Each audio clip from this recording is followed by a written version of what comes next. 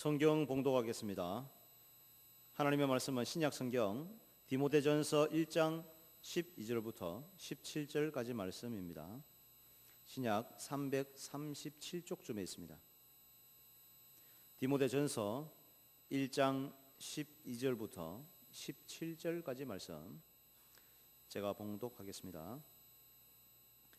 나를 능하게 하신 그리스도 예수 우리 주께 내가 감사함은 나를 충성되이 여겨 내게 직분을 맡기심이니 내가 전에는 비방자요 박해자요 폭행자였으나 도리어 긍휼을 입은 것은 내가 믿지 아니할 때에 알지 못하고 행하였음이라. 우리 주의 은혜가 그리스도 예수 안에 있는 믿음과 사랑과 함께 넘치도록 풍성하였도다. mit보다 모든 사람이 받을 만한 이 말이여, 그리스도 예수께서 죄인을 구원하시려고 세상에 임하셨다 하였도다. 죄인 중에 내가 괴순이라. 그러나 내가 긍휼을 입은 까닭은 예수 그리스도께서 내게 먼저 일체 오래 참으심을 보이사 후에 주를 믿어 영생 얻는 자들에게 본이 되게 하려 하심이라. 영원하신 왕 곧 썩지 아니하고 보이지 아니하고 홀로 하나이신 하나님께 존귀와 영광이 영원 무궁하도록 있을지어다. 아멘. 영원하신 왕이라는 제목으로 하나님의 말씀을 선포하시겠습니다.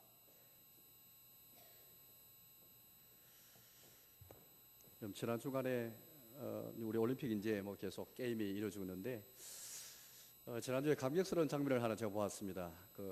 우리 펜싱의 박상여 선수였죠. 금메달 딸 때에 정말 역전승했잖아요. 누구도 생각할 때 이게 졌다라고 생각했는데 정말 짜릿하게 이렇게 역전승했는데, 그때 이제 우리 해설자가 너무 감격해가지고 이런저런 말을 하고, 우리 장면 자체도 감격스러운데 해설자가 얼마나 감격스럽게 흥분해가지고 이런저런 말한 것을 우리가 다 아마 여러분들 기억할지 모르겠습니다. 저는 그 흥분되어서 감격해하면서 하는 말 가운데 이건 말이 안 됩니다라는 그런 말을 그렇게 한번 지난 주간에 생각을 해봤습니다. 정말 말이 안 되는 일이 벌어졌거든요.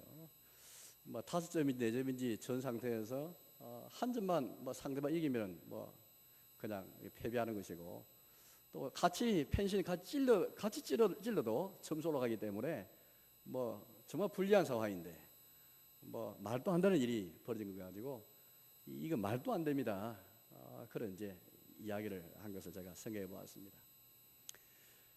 1945년 8월 15일 광복도 마찬가지 같습니다. 광복도 우리 누가 일본의 그런 제국주의로부터 해방이 줄 줄 누가 알았습니까? 전혀 예상치 못하였죠. 정말 이게 말도 안 되는 말이 안 되는 그런 일들이 벌어진 것이 바로 광복절이었고, 그래서 우리 매해마다 우리가 광복을 절 말할 때마다 그런 은혜를 생각하면서 주님 영광을 돌리고 있는 것입니다.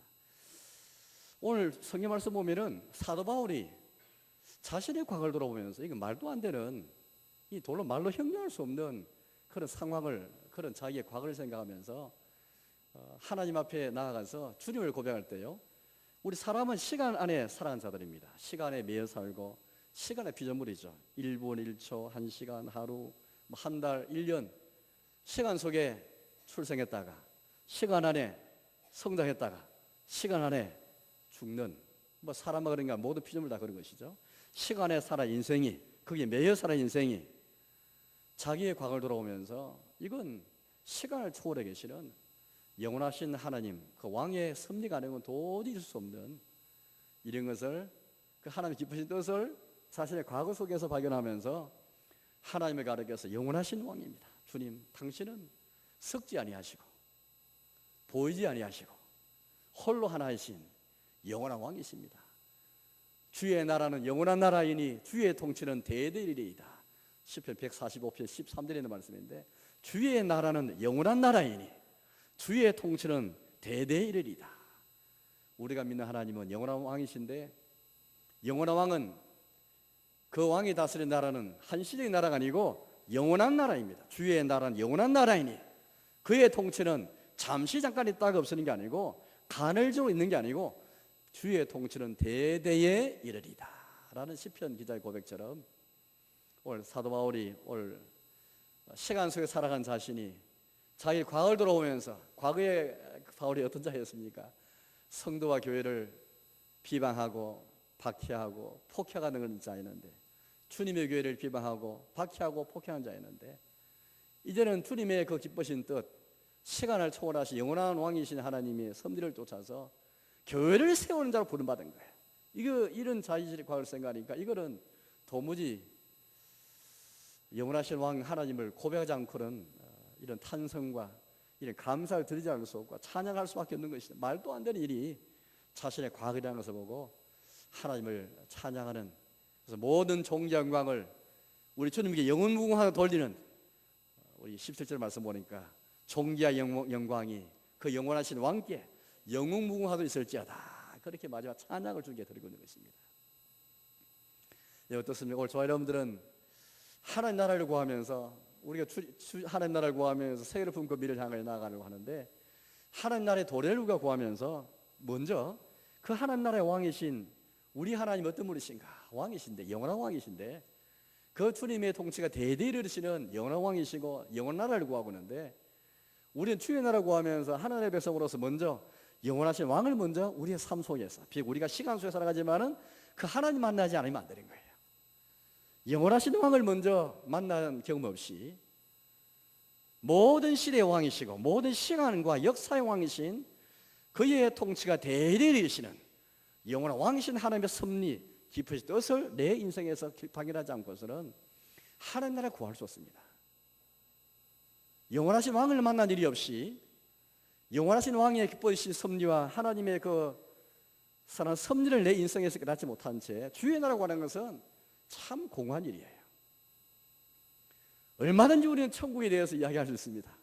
얼마든지 천국에 대해서 많은 말들 할 수 있고 공수표처럼 그렇게 날리면서 우리가 많은 일들을 접할 수 있어요. 오늘 기독교인 뿐 아니라 많은 종교에 속한 종교인들이 얼마나 부두수표 같은 공수표 같은 그런 얼마나 관념적이고 얼마나 그렇게 허무한 말들을 많이 합니까? 그것들 보기에는 아름답고 이상적인 말처럼 보였지만 그러나 실제가 없는, 하나님 나라와 천국을 말하지만 천당을 말하지만은 영원하신 왕을 인정하지 아니하고 내 인생에서 영원한 왕을 한번 맞닥뜨린 경험도 없이 대대이런 거 통치 앞에 굴복한 일도 없이, 오늘 보십시오. 이 사도 바울이 과거에 주님의 교회와 성도를 비방하고 박해하고 폭행했던 자였는데, 그런 자가 지금 굴복해가지고 영원하신 왕을 찬양하고 있는 것입니다. 이런 급변, 이런 변화, 이거는 말도 안 되는 일이잖아요. 박찬호 선수의 감격스러운 올림픽 금메달 딸 때 그 아나운서가 그렇게 외친 것처럼 이거는 말도 안 되는 일이 지금 자기 인생에 벌어진 거예요.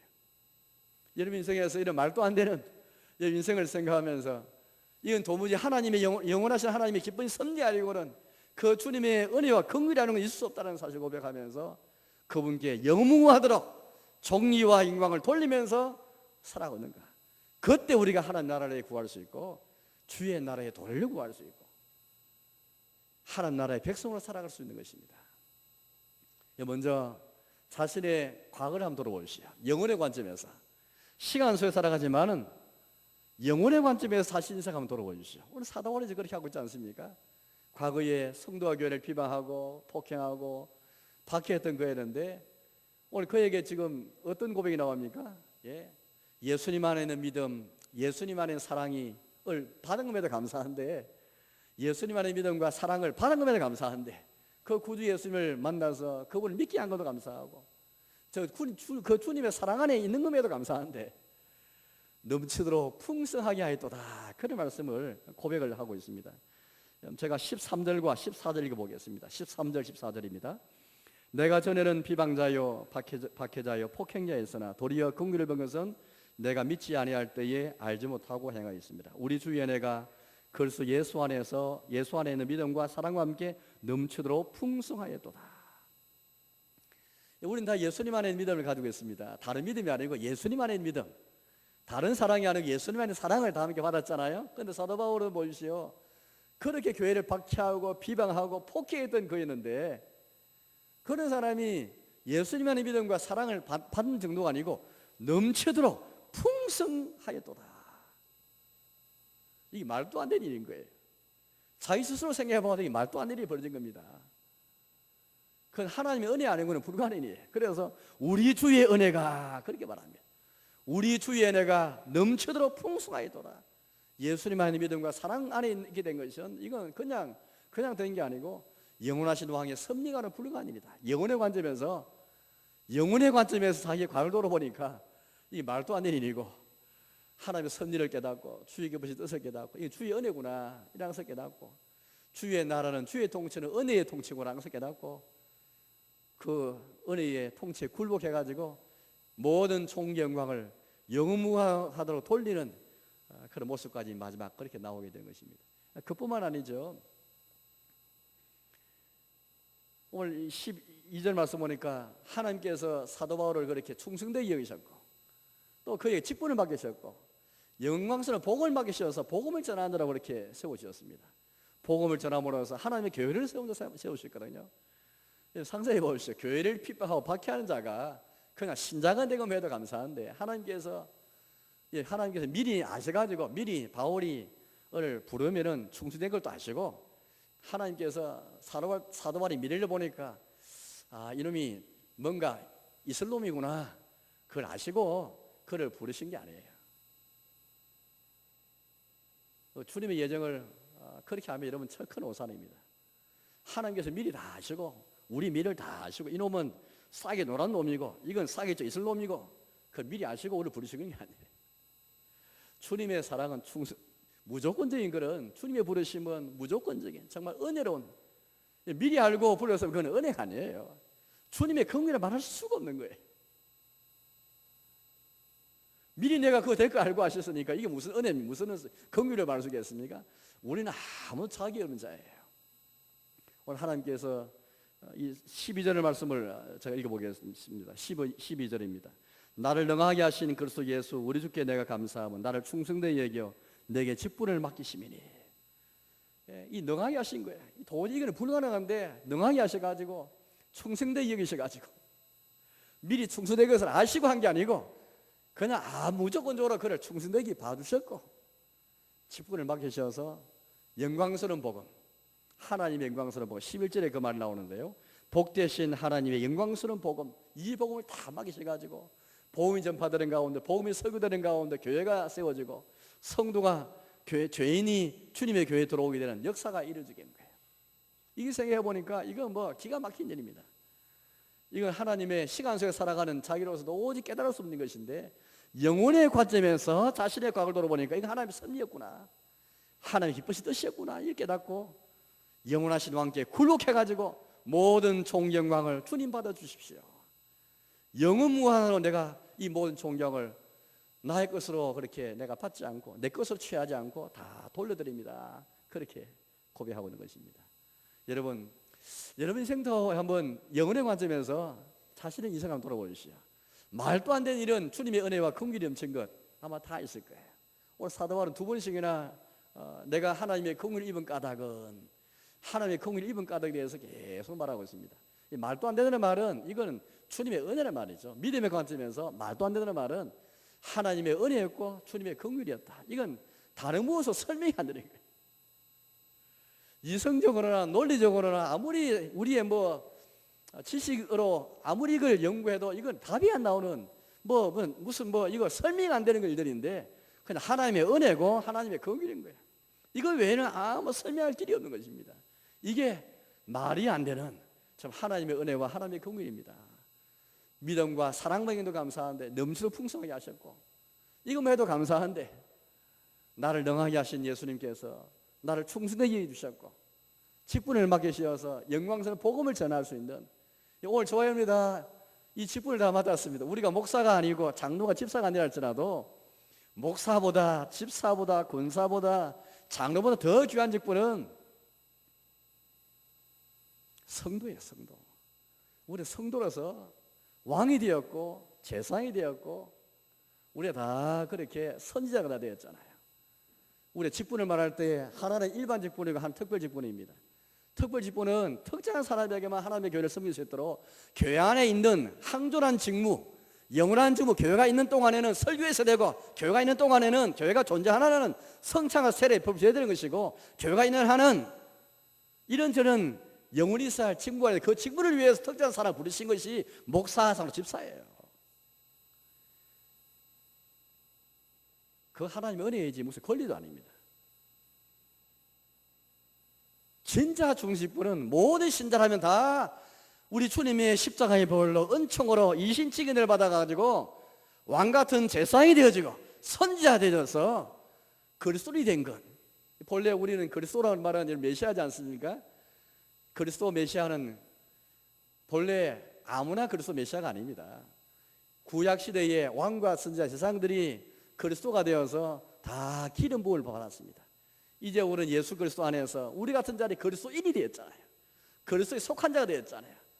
그리스도에 속한 자, 그리스도인이 되어서 우리는 주님이 받으신 그 기름 부음처럼 주님이 받으시고 참여하신 그리스도의 성령의 기름 부음에 다 참여해가지고 왕이 되고 제사장 선지자가 다 된 거예요. 오늘 바울이 이 직분을 맡은 거 바로 그런 직분을 가르칩니다. 왕의 직분과 선지자 직분을 맡아가지고 특별히 선지자 직분으로서 하나의 복음을 맡아 복음을 전하는 사람. 오늘 저희는 다 마찬가지잖아요. 이 복음 받는 것에 감사한데, 이 복음을 통해서 예수님 안에 믿음과 사랑 안에 간 것에 감사한데, 우리 같은 자에게 복되시는 하나님 영광에서 복음이 다 맡겨져 가지고 오늘 여기 교사들도 마찬가지잖아요. 이 복음을 우리가 전할 수 있는 이 은혜를 다 받은 거예요. 이거 말도 안 되는 일인데, 이 하나님의 은혜와 긍휼의 영은 주님의 기쁘신 뜻, 시간을 꿰는 하나님의 기쁘신 뜻, 주님의 섭리를 깨닫고 오늘 바울이 고백하고 있는 것입니다. 나아가서 사도 바울은 이 하나님의 은혜와 주님의 오래 차심을 생각하면서 놀라운 주님의 섭리를 그렇게 깨닫는데요. 하나님께서 왜 자기를 택하셔서 이런 믿음과 사랑을 주셨는가라고 생각해 보니까 주의 섭리를 깨닫게 되었습니다. 하나님께서 얼마나 자기에게 오래 참으시는가, 나에게 긍휼을 생각한다면 후에 주를 믿어서 영생을 얻을 자들에게 본으로 삼으신 주의 섭리를 깨닫게 되었습니다. 여러분, 제가 16절을 읽어보겠습니다. 16절입니다. 그러나 내가 긍휼을 입은 까닭은 예수께서 내게 먼저 일체 오래 참으심을 보이사 후에 주를 믿어 영생 얻는 자들에게 본이 되게 하려 하심이라. 하나님이 섭리를 깨닫은 거예요. 하나님께서 왜 나 같은 죄인을 그렇게 구원하시는가? 나같이 교회를 폭행하고 비방하던 자를 하나님이 왜 나를 구원하시고 왜 나를 택하시는가? 그건 답이 안 나오고 왜 이런 주님의 긍휼을 입었는가? 하나 있다면 그것은 주의 기쁜 섭리인데, 시간을 초월한, 시간을 넘어서는, 시간을 꿰차는 영원한 하나님의 섭리, 영원하신 왕의 섭리를 깨달았는데, 그게 뭐냐니까 후에 주를 믿어서 영생하는 자들에게 본을 삼. 무슨 말입니까? 바울을 보면은 주님이 얼마나 인자하신 분인가, 바울 같은 자를 보면 하나님이 얼마나 오래 참으신 분인가,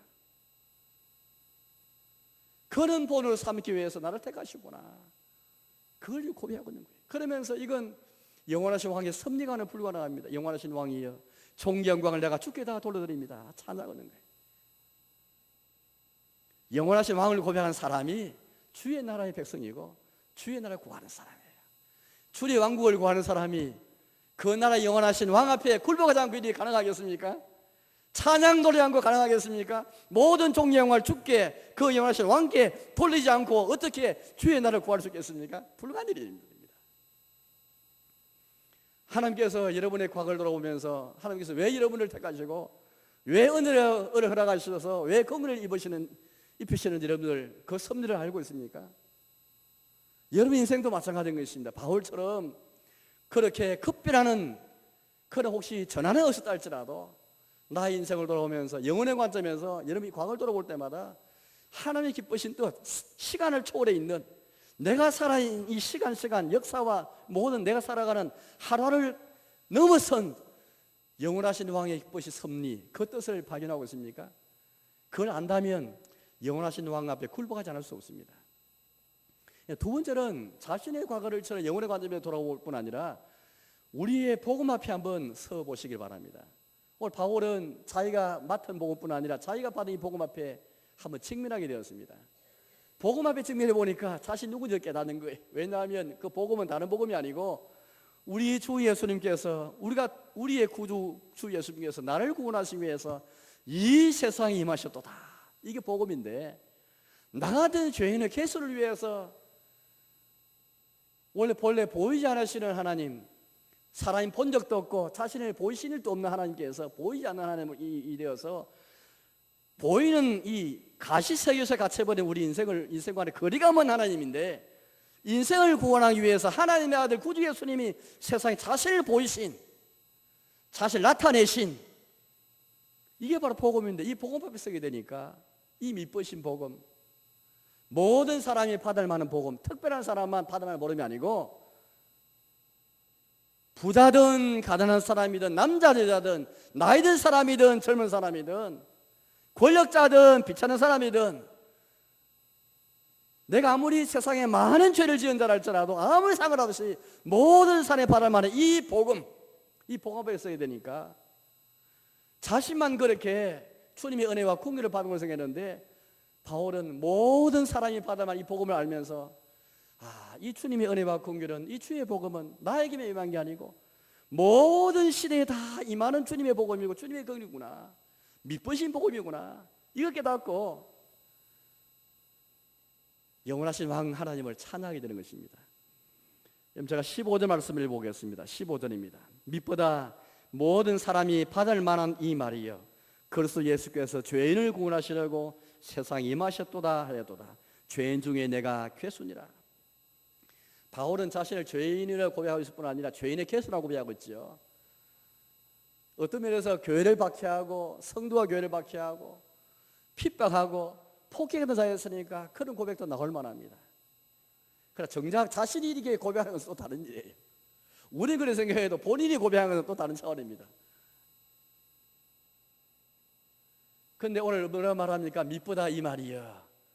사실 이 말이란 말은 이 복음이란 말이고 말씀인데, 왜냐하면 믿보다 이 말이여 내용이 뭐냐니까 그리스도 예수께서 죄인을 구원하시려고 세상에 임하셨도다. 이게 바로 복음이잖아요.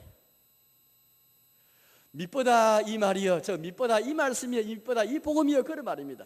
복음의 핵심은 그리스도 예수께서 죄인을 구원하시려고 세상에 임하신 것, 임했다는 말은 나타났다는 말이며 드러내었다는 말이거든요. 가시적으로 그렇게 자기를 보이신 거, 이게 임한 거예요. 이 나타난다는, 이게 임했다는 말이 나타난다는 말인데 디모전서, 디모후서에 굉장히 많이 나옵니다. 자기의 장차 주님이 재림 때도 자기 나타나심을 보이시리니, 그런 말씀이 나올 만큼 굉장히 많은 언급되는 말입니다. 주님이 우리 가운데 임하심으로써 그의 은혜가 나타났고 은혜가 드러났고, 이런 표현이라든지 굉장히 중요한 표현들입니다. 흔히 우리 고향의 절기 가운데 우리 잘 모르는 절기에서 그게 뭐냐니까 주현절, 이런 절기예요. 주현절. 이 현자라면 나타날 현자인데 주님이 나타나신 절기란 말이에요. 그 뭐냐니까 우리 예수님께서 이제 아기로 태어나셔가지고 성전에 그렇게 자기를 나타내십니다. 그게 바로 주현절이에요. 그러시오. 나타낸다는 말은 말이 현자라 표현하는 말인데, 어쨌든 여러분들 이 복음의 핵심이 바로 여기 있는데, 오늘 이 복음 믿보다 이 말이에요. 이 복음이 믿본 복음을 깨닫게 되었습니다. 복음 앞에 서는 순간 이 복음은 보통 복음이 아니에요. 왜? 자기와 같은 죄인의 개수에게도 이 복음이 임하였으니까요. 자기와 같은 죄인의 개수에게도 주님이 구원하시려고 세상에 임하신 걸 생각하니까 이거 뭐 감당할 수 없는, 이거는 말이 안 되는 이야기예요. 주님이 세상에 올 때 착한 사람만 다 찾아서 구원하시면 되겠는데, 착하고 선하고 충성스럽고 삭시 좀 좋은 그런 사람은 골라가지고 하나님이 오시면 될 텐데, 자기같이 교회를 박해하고 핍박하고 폭행했던 죄인 중에서 개수라고 이렇게 자기가 고백할 정도로 그런 자에도 우리 주 예수님이 자기를 구원하시기 위해서 세상에 임하셨다 생각하니까 이 믿본 복음이 아니고 무엇이겠습니까? 믿보다 말은 진실하다, 신실하다는 말인데, 변화한다 말인데, 쉽게 어리가 있는 거, 어리가. 세상에 믿음이 없잖아요. 세상에서는 워낙 배신이 많고 디dim일이 많아가지고 어리가 별로 없잖아요. 세상을 창조하신 우리 하나님께서, 인생과 언약을 맺으신 하나님께서 아브라함과 세상의 많은 백성과 언약하신 우리 하나님께서 언약을 지키기, 약속을 지키기 위해서 믿으신 약속을 따라서, 신실한 약속을 따라서 죄인의 개수인 바울에게도 임하셔서 그를 건드신 것. 바울이 이걸 타니까 무릎 꿇고 영원하신 왕께 굴복해가지고 찬양을 드리지 않을 수 없는 거예요. 모든 존경광을 주께 올려드립니다. 또 모든 사람이 받을 만한 이 말이여라고 고백하고 있죠. 자기만 아니라, 자기에만 임한 게 아니고, 모든 시대의 죄인들, 모든 시대의 죄인의 개수들에게도 주님이 임하신 걸 생각하니까 이거는 특정한 시대, 특정한 시간의 주님이 아니고 모든 시대의 왕. 영원하신 왕이라는 말은요, 지역하면은 모든 시대의 왕이란 말이에요. 모든 시대의 왕기에 시대를, 모든 시대마다 주의 통치가 대리르시고, 그래서 그분이 영원한 나라를 갖고 계신 그 왕께 무릎 꿇고 총경광을 다 영무다 돌리는 이 모습을 볼 수 있는 것입니다. 후세에 주를 믿어서 영생을 얻는 자들에게 그걸 생각하니까 자기 같은 죄인의 괴수에게도 주님이 시대시나 임하셔가지고 이 같은 복음의 은총을 입히실 그 은혜를 생각하니까 모든 시대를 초월해 장엄하게 흐르는 하나님 기쁘신 뜻을 생각하면서 다 영광을 돌리는 거예요. 그 하나님은 어떤 분이십니까? 오늘 17절 말씀 보는 이런 고백이 나옵니다. 17절을 제가 이렇게 보겠습니다. 영원하신 왕 곧 섞지 아니하고 보이지 아니하고 홀로 하나이신 하나님께 존귀와 영광이 영원무궁하도록 있을지어다. 아멘. 영원하신 왕은 섞지 아니하는 왕이시다. 우리 사람은 섞는 존재잖아요. 그런데 하나님은 섞지 않는 분이십니다. 섞지 않는다는 말은 부패함이 없다. 우리 사람에게 있는 모든 것, 우리 인체도 그렇고 이 세상에 있는 모든 건 다 섞게 되어 있습니다. 부패하게 되어 있죠. 이런 인생과 우리 하나님이 서로 대조되어 있습니다. 사람은 부패한 존재고 모든 마음이 다 부패하지만 그러나 하나님은 섞지 않는 분이시다. 이 말은 무슨 말일까요? 그분은 변하지 않는다는 말이고 피곤하지 않는다는 말이고 그분에게는 생명만 있고 죽지 아니함이 있는 거예요. 디모데전서 6장 16절 말씀 보니까 그분에게는 죽지 아니함이 있다. 그렇게 말씀하십니다. 또 디모데후서 1장 말씀 보니까 하나님 아들은 그분의 부활을 통해서 생명과 썩지 아니함을 드러내셨다. 그렇게 말씀하고 계십니다. 주님과 주님의 아들에게만 생명이 있고 썩지 아니함이 있고 죽지 아니함이 있는 거예요. 우리에게는 썩음과 부패함이 있지 않습니까? 영원하신 왕은 썩지 아니함이 있는, 썩지 아니하시는 그 하나님이세요. 부패하지 아니하시고 변하지 아니하시고. 말라기 시대의 백성들은 하나님 변했다고 그렇게 불평했잖아요. 그때 나 여호와는 변하지 않는다. 너희가 변한 건 너희지 나는 변한 일이 없다. 그렇게 하나님께서 말씀하신 적이 있습니다. 또 하나님 피곤치 않은 분이시죠. 이사야 시대에 이사 예언을 통해서 장차 바벨론 포로 시대에 저 낯선 외국에 포로 생활하는 가운데 있는 하나님의 백성들이 점점점 시간이 흐르면서 피곤을 느껴갔습니다. 하나님은 피곤하신 분이시구나. 더 이상 우리를 거둘 수 없는 분이구나 라고 생각했죠. 그런데 하나님께서 이사야 예언을 통해서 나는 피곤치 않는다. 사람은 장정이라도 넘어지고 자빠지지만 나는 나의 여호와는 피곤치 아니하다. 그렇게 말씀하신 적이 있습니다. 썩지 않는다는 말은 변하지 않고 죽지 아니함이 있고 썩지 아니함이 있고 그런 것을 변하지 않는 것을 가리킬 뿐 아니라 시편의 말씀은 이런 말씀이 있습니다. 하나님의 인자는 자기를 경외한 자에게 영원부터 영원까지 이르고 라는 말씀이 있습니다. 하나님의 인자는 썩는 일이 없어요. 바울에게만 주님의 은혜, 주님의 긍휼 새겨보신다면 그건 모든 시대마다 임하는 하나님의 은혜와 긍휼이고 주의 통치는 주님의 은혜와 긍휼 통치인데 이건 썩는 법이 없어요. 자기를 경외하는 자에게 영원부터 영원까지 이르는 이걸 여러분들 시편 기자들이 고백하고 찬양이지 않습니까? 여러분도 여러분 인생에서 영원부터 영원까지 이르는 주의 통치를 생각하면서 영원하신 주님의 인자 우리가 아무리 죄인이라 할지라도 도리기 시험 죄를 지었다 할지라도 주님이 용서하지 못할 죄가 없지요. 영원한 주님의 인자, 썩지 아니하는 인자, 변하지 않는 주님의 그 인자하심 앞에 나오시길 바랍니다. 그 영원하신 하나님 영광을 고백하는 그런 가운데 이 하나님 나라를 구하는 거예요. 이 왕의 나라를 구하는 거예요. 은혜의 나라, 긍휼의 나라를 구하는 거예요. 주의 나라는 영원한 나라이니 주의 통치는 대대에 이르리이다. 이 주의 통치를 구하는 거예요. 나아가서 보이지 아니하고 라고 영원하신 왕 하나님을 그렇게 말씀하였습니다. 하나님은 보이지 않는 하나님이시다. 이 말은 보이는 세계에 갇혀버린 인생과 보이지 않는 세계 속에 살아 계신 하나님과 반대를 이루고 있습니다. 이 주님과 우리 사이의 거리가 얼마나 먼지를 잘 보여주는 말씀이에요. 이 사람은 이 시공간 속에 갇혀 있습니다. 보이는 곳에 갇혀 살아간 사람들이기 때문에 시간 속에 살아가는 사람이다 보니까 그 이상을 넘어설 수 없는 사람들이에요. 하나님은 그냥 보이지 않는 분이셔요.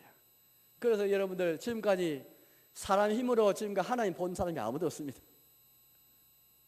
볼 수도 없고 본 적도 없어요. 디모데전서 6장에 있는 말씀인데 지금까지 하나님 본 적도 없고 본 사람도 없어요. 예, 그런 하나님이 어떻게 하십니까? 자기 아들을 땅에 보내시면서 하나님 자신이 누구신지를 이 땅에 다 독생자 예수님이 이 땅에 나타나게 하시고 임하게 하시는 가운데 우리 하나님 자기를 드러내셨잖아요. 그 하나님이시지 않습니까? 그 하나님, 그 영원한 하나님을 지금 찬양하고 있는 것입니다. 홀로 하나이신 하나님께. 예, 하나님은 홀로 하나이시죠. 세상에 신이라 이름하는 신들이 또 많고 모든 우상들이 많지만 그 중에서도 우리 하나님은 참되신 신이시요 유일하신 하나님이신데 참되신 유일하신 하나님 앞에 그 하나님을 부르면서 종영광이 영웅하되실지어다 고백하고 있는 것입니다. 오늘 저와 여러분들은 내일이 우리 광복절 많은데요. 광복절 참 하나님의 섭리 가운데 우리 나라에 주시는 그런 광복의 은혜를 우리가 생각이 됩니다. 이게 말도 안 되는 일인데 우리 역사를 돌아보면서 우리 한민족 이 한반도에 있는 우리나라가 그렇게 연약할 때 하나님 도와주셔서 또 우리의 선조들의 그런 여러 일가 가운데 하나님 복 주셔가지고 우리에게 이 광복을 주시는데 이 광복을 생각하면서 주님의 기쁘신 뜻 앞에 우리가 순종하면서 영원하신 왕, 허수아비 왕이 아니고 힘없는 왕이 아니고 섞지 아니하고 보이지 아니하고 홀로 하나이신 하나님, 모든 존경을 받으실 그 하나님, 바울 인생만 보더라도 모든 시대에 임하였던 그 복음의 은혜를 생각하면서 그렇게 우리는 광복의 은혜를 생각할 때에 주님께 감사하는 그런 은혜를 우리가 그렇게 찬송하고 올려드려야 되겠습니다. 저는 지난 주일날 고린도 교회에 대해서 설교를 하였습니다. 고린도 교회에 대해서 주님이 바울을 통해서 경고해 주셨죠. 불의를 행하는 자가 불의한 자가 하나님 나라를 유혹으로 받지 못하리라 무슨 말씀 주셨습니다. 왜 하나님께서 그런 경고의 말씀 주시는 것일까? 왜 주의 나라를 쉽게 받는 게 아니라 왜 주의 나라를 너희가 받지 못하리라 왜 그런 무슨 말씀 주시는 것일까요? 몇 가지 이유가 있습니다. 그냥 교회 안에 시기와 분쟁이 있는 그것만으로 되지 않았습니다. 그냥 교회 안에 시기가 있고 분쟁이 있다고 그런 게 아니에요. 또 성도 사이에 다툼이 있는 그것만은 아니었습니다. 문제는 교회 안에 지혜 있는 자가 없었죠. 교회 안에 지혜 있는 자가 없으니까 교회가 경시하는 그런 자들 앞에 가서 판단을 요청하였고 이게 불의한 일이었고 믿지 않은 자들 앞에서 교회가 경이 있는 자들 앞에서 판단 요청한 것 자체가 이게 참 불의한 일이었고 성도는 세상을 장차 판단할 자인데 주님의 보좌 앉아가지고 12지파를 다 심판하고 복음으로 심판할 자인데 온 열방을 복음으로 심판할 자인데 천사조도 판단할 자인데 교회 안에는 자그만조차 판단 못하는 성도 영광을 포기해버린 고린도 교회, 형제의 유익은 전혀 안중에 없는 그 교회, 세례를 받음으로써 예수님 안에 있는 씻음과 어렵도 하심과 거룩함을 얻었지만은 세례를 다 망각해버린 그 교회, 그런 교회에 대해서 너희가 참 불을 향하는 거구나. 불의한 자가 가늠하는 자나 도둑질하는 자나 속에 빼앗는 자와 남색하는 자나 탐욕을 부린 자나 이 모든 자와 함께 하나님 날 유를 받지 못하고 살지 못하느냐 아주 무서운 경고를 주셨습니다. 이거 통틀어서 여러분들 왜 도대체 무슨 이유에서 그렇게 했을까 한번 가만히 생각해 보십시오. 오늘 말씀과 관계 있는 것입니다. 이 고린도 교회 결국에는 영원하신 왕 하나님 예수님을 그들이 경배하지 아니하고 하나님께서 왕이신 것을 그렇게 저들이 주님이 그 교회를 다스리시고 왕으로서 그 교회를 다스리시고 그 교회를 통치하시러 내드려야 되는데 그를 스스로 왕이 되었던 것입니다. 고린도전서 4장 8절에서 보니까 사도 바울을 통해서 그 교회를 책망했죠. 너희가 스스로 왕이 되었도다. 고린도는 헬라인 도시이기 때문에 철학을 숭상하고 굉장히 지혜를 주장하고 지식을 굉장히 앞선 교회였는데 세상의 지혜, 지식과 철학을 가지고 자랑하면서 왕이 되려고 했던 거예요. 다툼과 시기, 분쟁이 있다는 말은 자기 주장 끝까지 했다는 말인데 화평할 생각이 없다는 말인데 형제 유익을 위해서 내가 속임을 당하고 형제 유익을 위해서 내가 불의를 당할 수는 은혜를 입어야 되는데 이 은혜가 없는 거예요. 자기가 왕이 되니까 절대 칠 수가 없는 거예요. 내가 다른 사람에게 속임을 당하지는 생각은 못하는 거예요. 내가 이겨야 되지 내가 진다고 생각한 적이 없는 거예요. 내가 차라리 내가 불을 당하는 게 참 낫다고 생각이 되는데 내가 그를 당하기 싫어하는 거예요. 이게 뭡니까? 이게 바로 자기가 왕이 되는 거예요. 자기의 지혜와 지식과 경험, 사상의 주장이 왕이 되는 거예요. 이 말은 그 무슨 말입니까? 영원하신 왕 하나님을 이 교회에 다스리시도록 나의 인생을 다스리시도록 맡게 되지 못한 거예요. 오늘 말씀을 통해서 다시 한번 재해석해 본다면은 이게 말이 됩니까? 라고 고백했던 그런 정신에서 사도 바울이 주님의 은혜와 주의 긍휼을 그렇게 고백했는데 고린도 교회는 하나님의 은혜가 없고 주의 긍휼이 없는 거예요. 이게 말이 됩니까? 말도 안 되는 그런 하나님의 은혜와 긍휼 앞에서 영원하신 왕 하나님께 총영을 다 하나님 돌려드립니다. 다 받아주십시오. 이 정신만 있어도 이런 정신을 가지고 영원하신 왕을 존중하고 영원하신 왕 앞에 무릎 꿇고 영원하신 왕이 주장하고 이것 때문에 영원하신 왕의 다스림 때문에 내가 형제를 위해서 내가 속임을 당하고 성도 영광을 포기하지 아니하고 내가 차라리 속임도 하고 불의를 당할지언정 형제 유익을 위해서 내가 자신을 굽히고 그럴 때 주의 나라를 구할 수 있지. 그때 주의 날 도래를 구할 수 있지. 그때 우리가 주께 영광 돌릴 수 있지. 내가 왕이 되어서는 우리 스스로 왕이 되어서는 결단코 죄가 우리 교회에 내 인생의 왕이 되고 우리의 지혜와 우리의 지식이 우리의 경험이 내 사상과 내 주장들이 내 의견이 왕이 되도록 그것이 다스리도록 내버려두어서는 결단코 하나님 나라를 유업받을 수가 없는 거예요. 주의 나라를 구할 수 없고 주의 나라를 유업으로 받을 수가 없는 거예요. 그런 가운데 우리 입술에 뱉어지는 천국이라는 말은 공허한 말들인 거예요. 미사역은 동원되었지만 아무 알맹이 없는 종교적인 외식과 허구만 있는 그런 것이에요. 이제 말씀 맺도록 하겠습니다. 사랑하는 여러분, 오늘 우리는 영원하신 왕이라는 이 고백이 왜 중요하냐 하면은 영원하신 왕을 인정하고 고백해야만 내 삶에서 고백해야만 주의 나라에 들어가기 때문입니다. 왕을 통하지 않고는 천국에 들어갈 수가 없습니다. 왕 앞에 무릎 꿇을 일이 없고는 천국을 구할 수가 없습니다. 천국의 도를 경험할 수가 없습니다. 영원하신 왕을 고백하기까지 오늘 사도 바울을 한번 보십시오. 영원하신 왕 그 하나님께 섞지 아니하고 보이지 아니하고 홀라하신 하나님께 영광과 종영광을 다 돌릴 만큼 이 고백이까지 무슨 있었습니까?